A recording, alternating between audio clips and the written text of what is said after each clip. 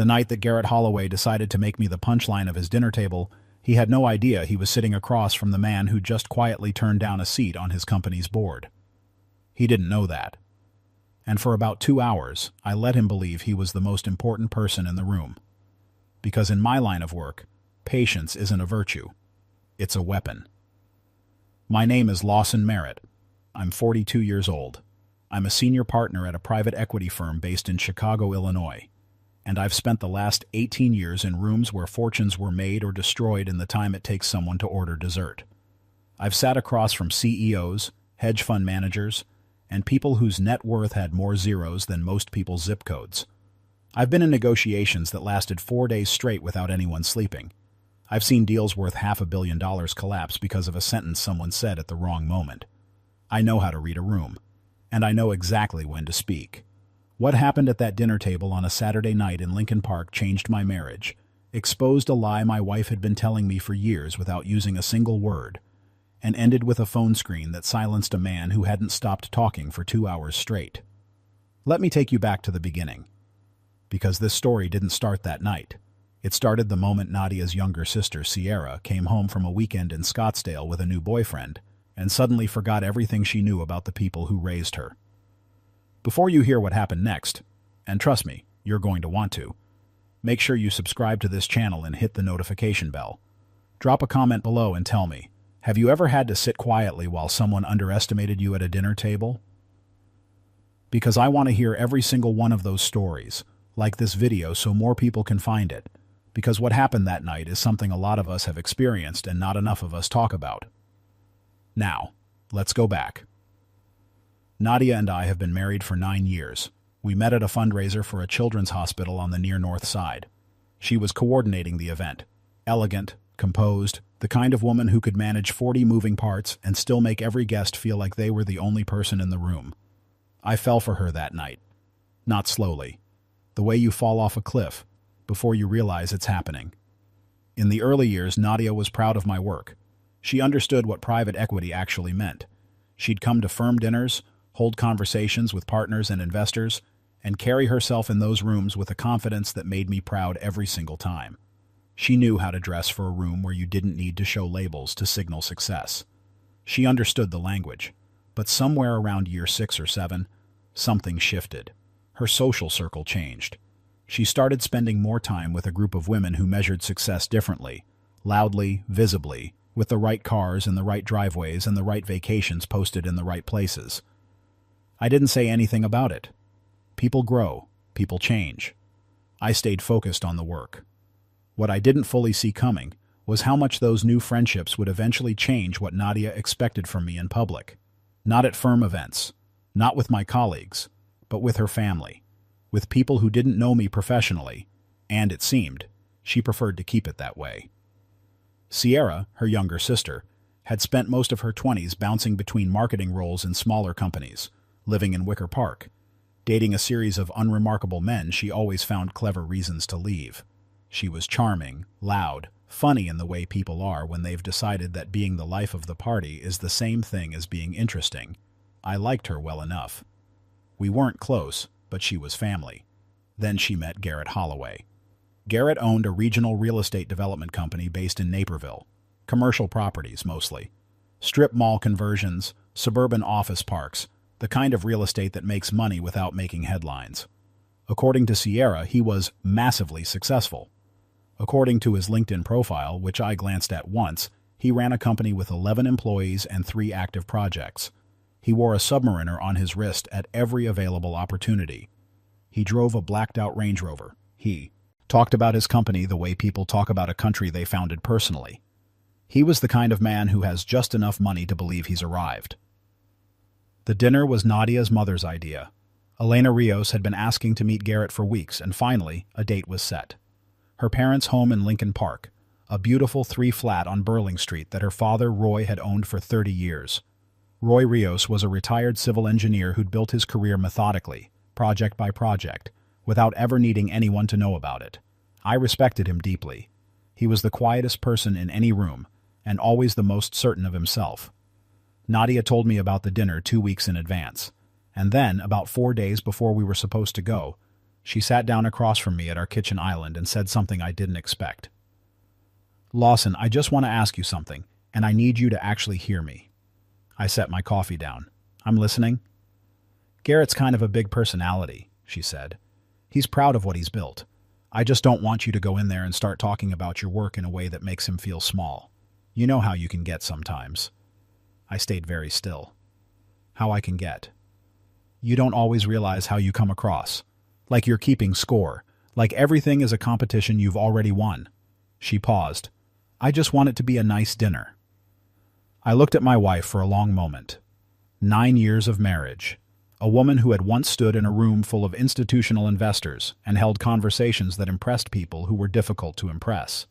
And now she was asking me, the week before a family dinner, to make sure I didn't make her sister's boyfriend uncomfortable by accidentally being too successful. "I'll be on my best behavior," I said.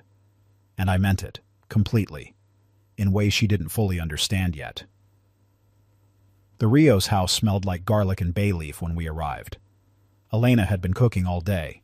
Braised short ribs, roasted vegetables, the kind of meal that tells you someone started at noon.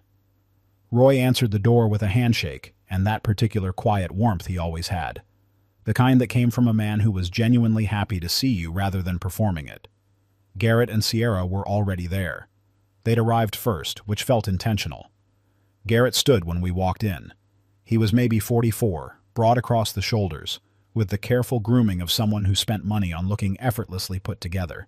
His handshake was firm in the way that announces itself, the kind of grip that says, "I'm going to establish dominance before you sit down." He looked me up and down once in that half-second that people think goes unnoticed. "Lawson," he said, "Nadia's told me a lot about you. You work in finance, right?" "Something like that," I said. We sat down. Elena poured wine. Roy asked Garrett about his drive from Naperville and whether traffic on I-290 had been bad. And then, like a man who had been waiting at a starting gate, Garrett began. It wasn't aggressive at first. It rarely is. People like Garrett warm up slowly, like engines on a cold morning. He started with the company, a new mixed-use development he was breaking ground on in the western suburbs, the square footage, the projected rental income, the deal he'd negotiated with the municipality for tax increment financing. He spoke fluently in the vocabulary of commercial real estate, the way someone does when they've decided that topic is the most interesting thing in any room. Roy asked thoughtful questions.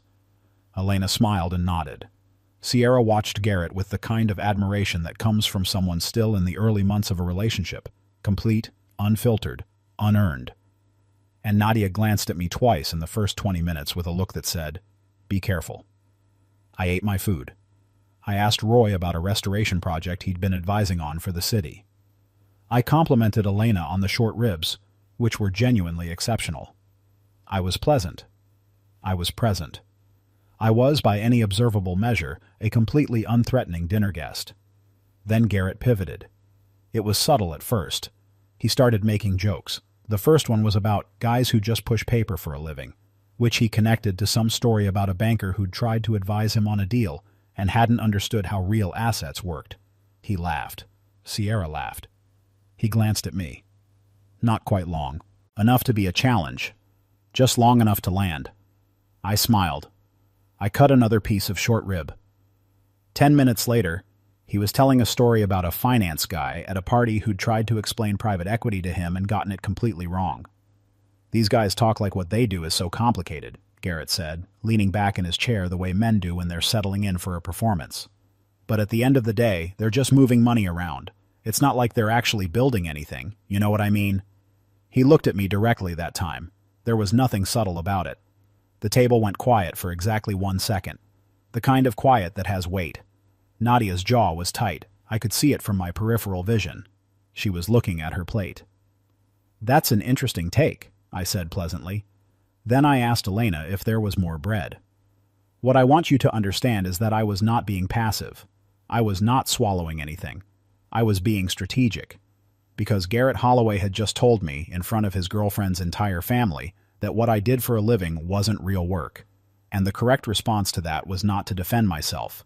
The correct response was to wait for him to finish building his argument and then let the ground fall out from under it.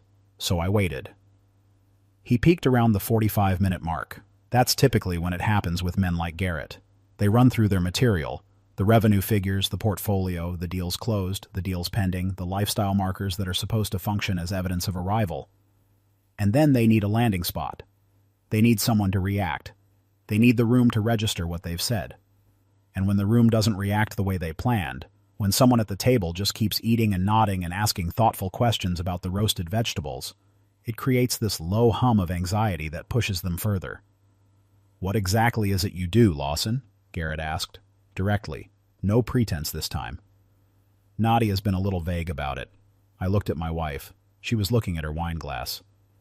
I turned back to Garrett. "Private equity," I said. "I'm a senior partner at a firm based downtown.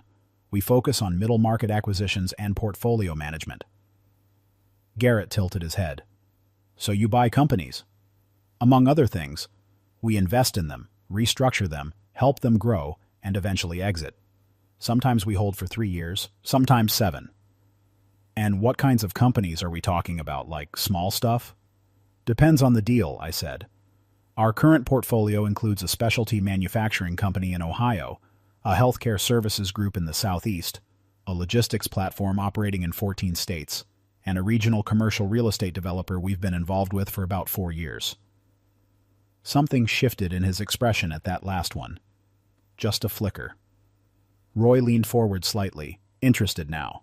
"What kind of commercial real estate?" "Mixed use," I said. "Suburban markets primarily. Mid-tier retail and office conversion. It's actually a pretty interesting space right now because of how remote work has reshaped office demand in secondary markets." Garrett's jaw moved. "What's the developer?"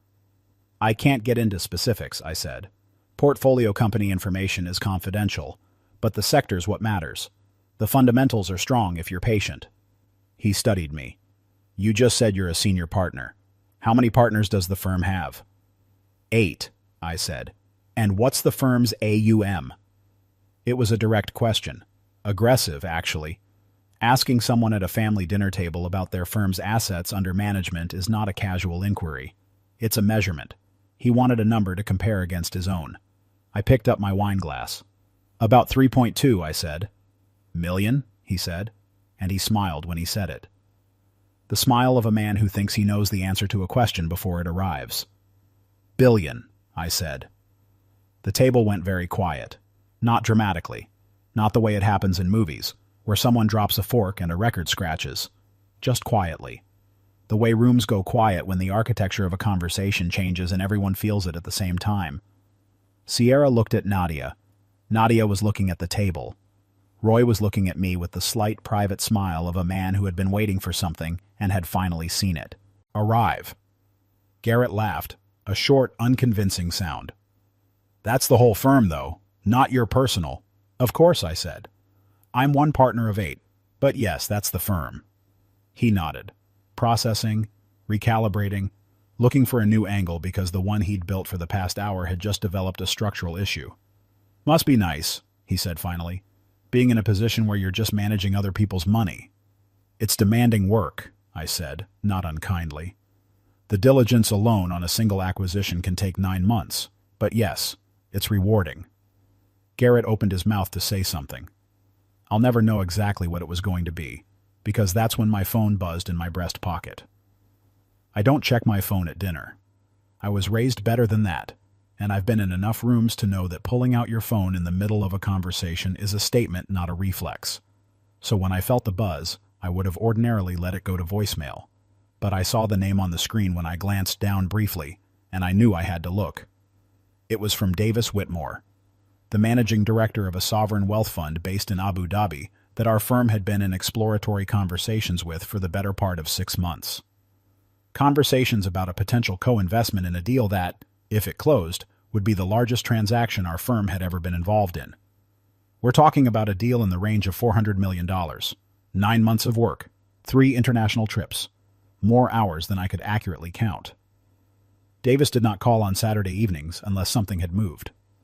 I looked up. "I'm sorry," I said to the table. "I have to take this. Please excuse me." I pushed back from my chair, walked through the living room toward the hallway near the front door, and answered the call. The conversation lasted 6 minutes. I will not go into the specifics because they are not mine to share, But I will tell you that by the time I walked back to the table, a letter of intent had been verbally confirmed. When I came back into the dining room, the conversation had resumed, but differently, quieter. Garrett was eating. Sierra was talking to Elena about something that had nothing to do with real estate or finance or anything that had been discussed for the past hour. Roy looked up at me. "Everything all right?" he asked. "Better than all right," I said. I sat back down. I picked up my fork. Garrett looked at me across the table. There was something different in his expression now. Not humility exactly, more like recalculation. The look of a man who has been playing a game and has just realized the other person knew the rules better than he did, and had never bothered to announce it. "Work call?" he asked. "Business," I said. "Something we've been working on for a while." He nodded slowly. He looked at his plate. He did not ask me what kind of business. Nadia didn't say anything on the drive home. We got into the car, a 7-year-old dark blue Volvo XC60 that I had refused to replace because it runs perfectly, and I do not care what it communicates to other people in Lincoln Park. And she looked out the passenger window and didn't speak for 4 blocks. Then she said, "He's not a bad person, you know." "I know," I said. "He just likes to know where he stands." Most people do. Another 2 blocks. The city moving past the windows the way it does on a November night. All orange streetlights and brick, and people wrapped in coats on their way somewhere. "Lawson," she said. "Yeah. I'm sorry for what I said before the dinner, about coming across like you're keeping score." A pause. "You didn't do that tonight." "No," I said. "I didn't." "He did," she said. Quietly, like the observation cost her something. I didn't respond to that. I let it sit in the car with us because it deserved to sit there, and because she needed to arrive at whatever she was working toward in her own time. We stopped at a light at Armitage and Halsted. She turned to look at me. "When did the firm get to $3.2 billion?" she said. I looked at her. "Which year do you want?" She stared at me. "Lawson, how long has it been at that level?" "We crossed $3 billion a little over 2 years ago," I said. "It goes up and down depending on exits and new commitments. That's just the current number." She turned back to the window, and I watched her in the reflection of the glass, the profile of her face, the way her hand was resting in her lap. And I understood something I had been slow to articulate. Nadia had spent the last several years quietly embarrassed by what I did for a living, not because she didn't understand it, but because the people she'd been spending time with didn't understand it. And what people don't understand, they tend to minimize. She had started to borrow their minimization. She had started, without perhaps fully realizing it, to see me through the lens of people who measured success in labels and square footage, and the visible, immediate proof of having more than someone else. She had asked me not to make Garrett uncomfortable, because somewhere, deep down, she had started to half believe the version of me that he assumed was true. That thought was not easy to sit with. 2 weeks after the dinner, Roy Rios called me. He was a man who used the phone sparingly, always for reasons that mattered. "I wanted to call and say something," he said. "That night at dinner, I watched you handle yourself very well. You didn't take the bait. You didn't make it ugly. But you also didn't disappear." "I appreciate that," I said. "Sierra's a good girl," he said, "but that man is going to be a problem for her. I've been watching men like that since I was building bridges in my 30s.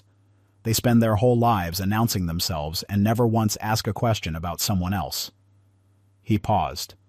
"Nadia loves you," he said. "She just got a little lost. It happens." "I know," I said.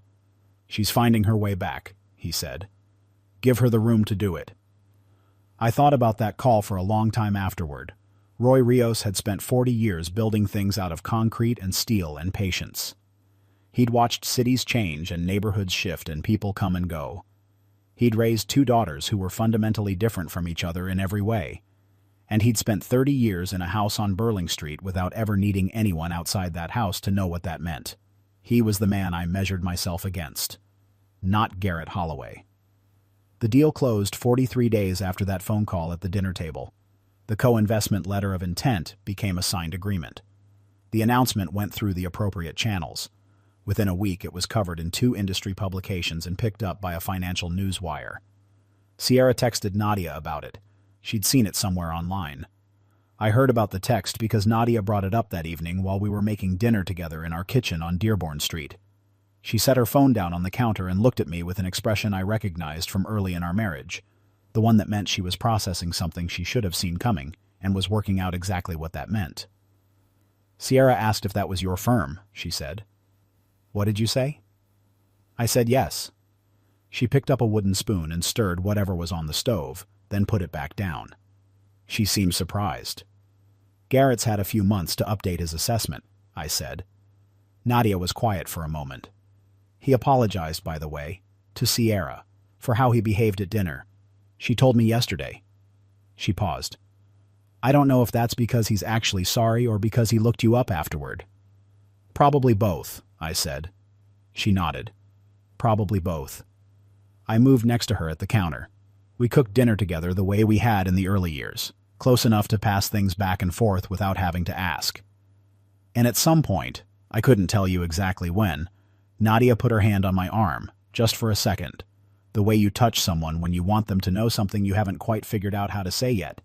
I didn't push her to say it. Roy had told me to give her room. There's something I've learned in 18 years of private equity that they don't teach you in business school, and it's this. The most dangerous assumption you can make in any room is that you already know who the most important person in it is. Garrett Holloway walked into that dinner table having already decided what kind of man I was.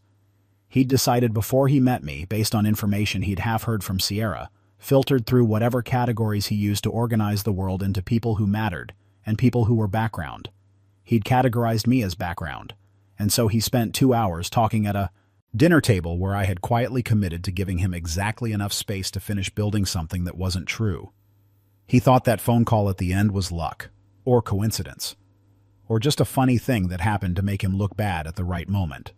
It wasn't luck. It was 18 years of work.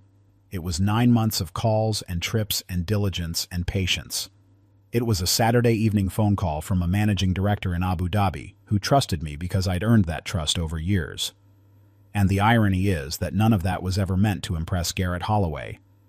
None of it was meant to win a dinner table. I would have done every bit of that work whether he existed or not, whether Nadia's new social circle existed or not, because the work is the point. The work is the whole point. That's the thing about people who build something real. They're not building it so someone at a family dinner will believe in it. They build it because it's what they do, because it matters. Because the morning after a deal closes, the world is slightly different than it was the morning before, and that difference came from the work. Garrett builds real estate. He converts strip malls and suburban office parks. That is legitimate, honest, difficult work, and I have never once looked down on it. I have looked down on the need to announce it, to weaponize it, to use it to determine who in a room deserves to exist. That is not the same thing as the work itself. My wife and I are fine. Better than fine, actually. There are conversations that needed to happen that are now happening, slowly, in the right order. She's been thinking, I can tell, about the gap between who she knows me to be and who she allowed other people's assumptions to suggest I might be. That's not an easy thing to examine in yourself. I respect her for doing it. Roy was right. She's finding her way back. Sierra and Garrett are still together. I don't know how long that will last. That's not my concern and not my story to tell. What I know is that the next time our families are in the same room, if that time comes, there will be no performance from Garrett Holloway's corner of the table. Not because he's humbled, not because I won something, but because the version of me he invented in his head before we ever met no longer has anywhere to stand. I got a voicemail from Davis Whitmore the day after the deal was formally announced. He said, "Lawson, 18 months ago, when I first took this meeting, someone told me you were quiet for a private equity guy. I want you to know that's the highest compliment in this business. Quiet people build things. Loud ones describe the things they plan to build. There's a difference. You know the difference." I saved that voicemail. I played it once on a Tuesday morning in my office on the 34th floor overlooking the Chicago River. And then I got back to work. Because that's all it was ever about. The work. Look, I'm just going to be real with you for a second. The Garretts of this world are everywhere. At family dinners, at work, at every table where someone decides the loudest voice wins. And the worst part? Sometimes the people closest to us start believing their version of us. But here's what I know. You don't have to defend yourself to people who've already made up their minds. You just have to keep building, keep working, keep being exactly who you are, quietly, consistently, without needing anyone's approval to do it. Because the truth always finds its moment. It found Lawson's that Saturday night in Lincoln Park, and it'll find yours too.